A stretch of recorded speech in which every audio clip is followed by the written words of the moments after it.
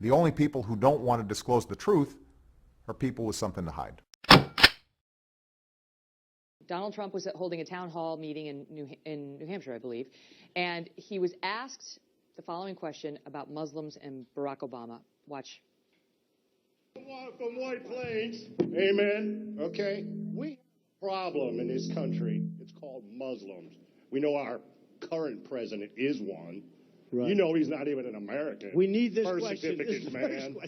But anyway, we have training camps growing where they want to kill us. Mm-hmm.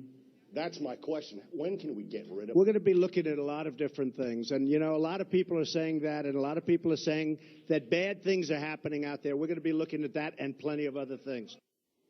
Now, already, Trump is getting hit for answering that with, we're going to be looking at a lot of different things, as opposed to taking on the premise of the question. And just before I get your answer, I refer you back to this moment with John McCain in 2008 when he was put in a similar position. Watch. I can't trust Obama. I have read about him, and he's an Arab. He is not.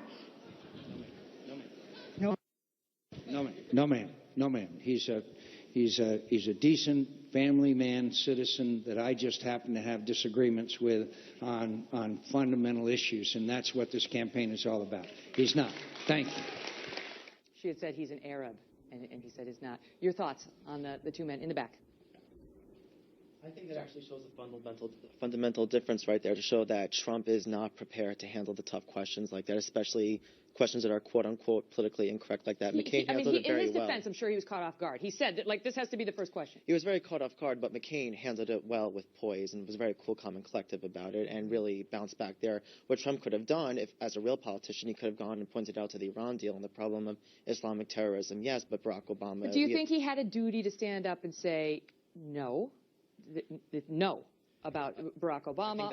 I think even if he was caught off guard, I'm surely Senator McCain was caught off guard as well. But you could see so much more about his character, that he's willing to defend his opponent as still being a good person. He just simply has disagreements with him.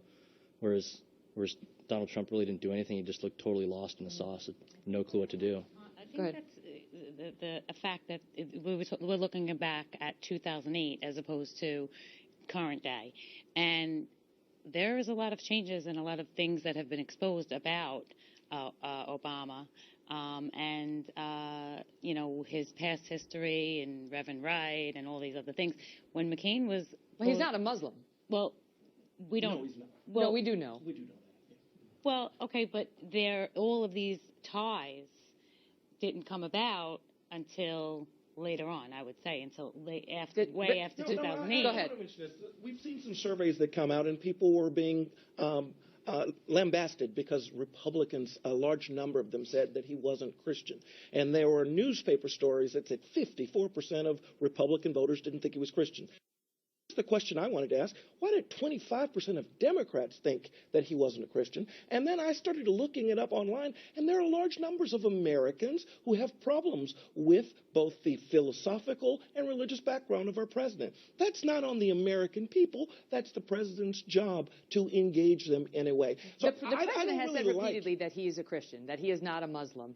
And this was made a campaign issue back in 2008, and it was put to bed even by John McCain, saying no. Now it resurrects itself in a question that was objectively ugly. I don't know whether the questioner was real or a plant or what he was, but the question itself, do you disagree? Was the question not ugly? I think the question was ugly, but I don't think it's necessarily the responsibility of any particular candidate to own what Americans say. Well, the response was we're looking into it. In America, you get to call out the President of the United States.